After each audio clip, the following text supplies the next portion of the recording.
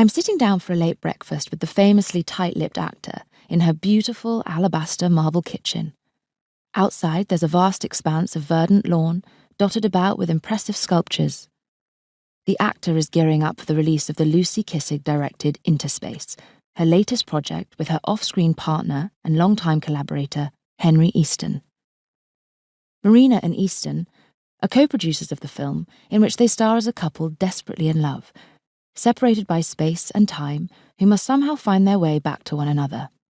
It's a tender portrait of a partnership, but it's also rip-roaring fun, a balancing act that in less capable hands might not work, though of course, here it does. Off-screen, the pair are resolutely private, choosing to keep their home life firmly under wraps. Their romantic relationship is strictly off-limits for the duration of our conversation, but the warm smile that spreads across her face when I mention Easton's name lets me know that Hollywood's golden couple are very much still golden. He's an absolute joy to work with, I will say that, she says when I probe her about what it's like to work with your real-life partner. He makes even the trickiest of scenes feel easy. It's all about the work, really.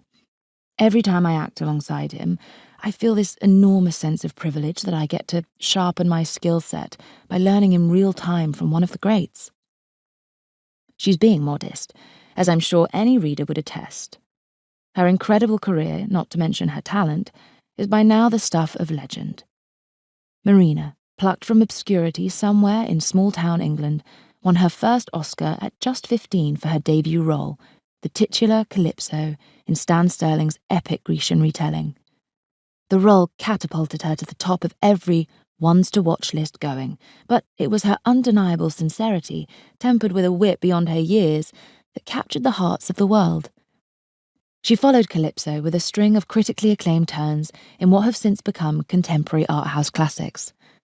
By 20, she had worked with the kinds of directors that would make most actors seethe with envy, and become the subject of a media frenzy that would make even the Beatles nervous to step outside. After all, there was a time when every paper in the country, tabloid or otherwise, wrote about who Marina was having dinner with. It's no wonder that when she met Easton, she retreated into the private love bubble I find her in today.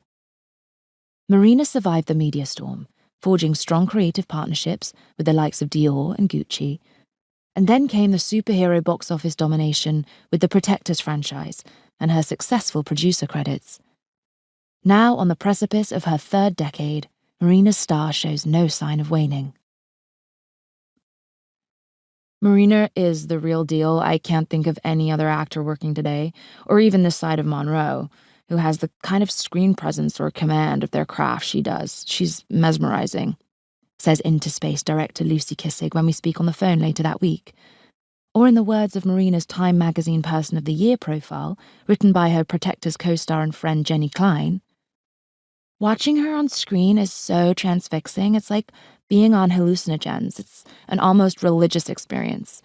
You just never want to look away.